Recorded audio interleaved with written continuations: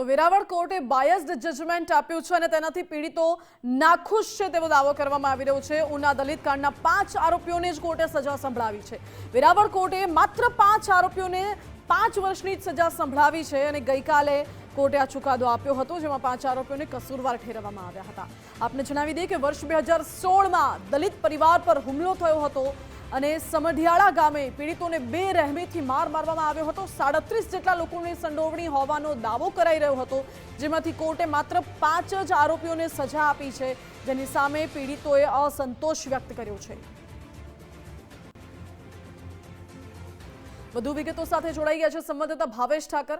ભાવેશ, 37 આરોપીઓએ આ પ્રકારના ગુનામાં સંડોવાયેલા હતા તેવો પીડિતોનો દાવો છે અને માત્ર 5 આરોપીઓને કોર્ટે સજા સંભળાવી છે। અત્યારે શું ત્યાં કને ગ્રાઉન્ડ પર જોવા મળી રહ્યું છે આ મામલે?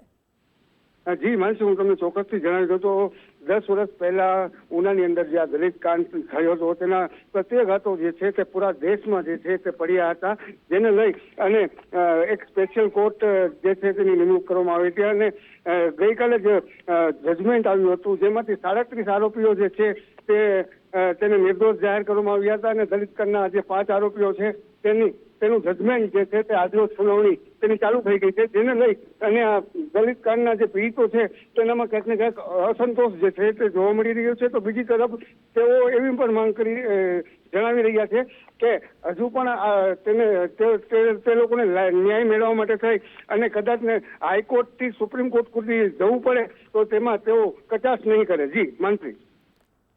જી ભાવેશ, આભાર આપનો। ઉના દલિત કાંડના 5 આરોપીને કોર્ટે સજા સંભળાવી છે। વેરાવળ કોર્ટે 5 આરોપીઓને 5 વર્ષની સજા સંભળાવી છે।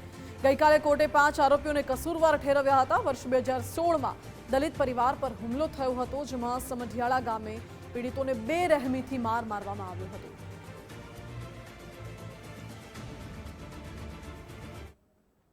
તો ઉના દલિત કાંડના ચુકાદા બાદ પીડિતોની પ્રથમ પ્રતિક્રિયા સામે આવી છે। કોર્ટના ચુકાદાથી પીડિતોએ અસંતોષ વ્યક્ત કર્યો છે। 5 આરોપી દોષિત જ્યારે 37 શખ્સ નિર્દોષ જાહેર થઈ ગયા છે। આ ચુકાદા બાદ પરિવાર પર જોખમ હોવાની પણ ભીતિ વ્યક્ત કરવામાં આવી રહી છે। ન્યાય માટે પીડિતો હવે ઉપલી અદાલતના દ્વાર ખખડાવશે તેવું જણાવ્યું।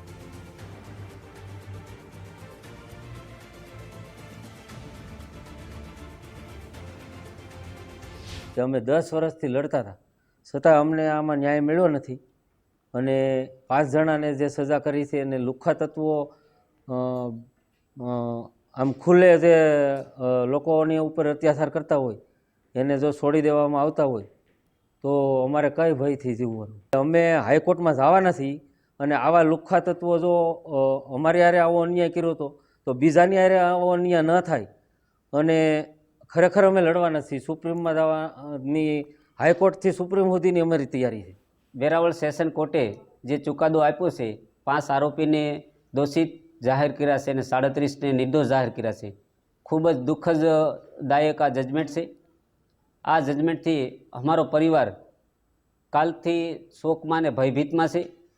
જે લુખ્ખા, આવારા અને આતંક મચાવનાર તત્વોને કોર્ટે નિર્દોષ જાહેર કર્યા છે। જો આવા આવારા તત્વોને કોર્ટ નિર્દોષ જાહેર કરતી હોય, અત્યાચાર ગુજારનારને કોર્ટ નિર્દોષ કરતી હોય તો એમને કોર્ટમાંથી પૂરેપૂરું પ્રોત્સાહન મળ્યું છે।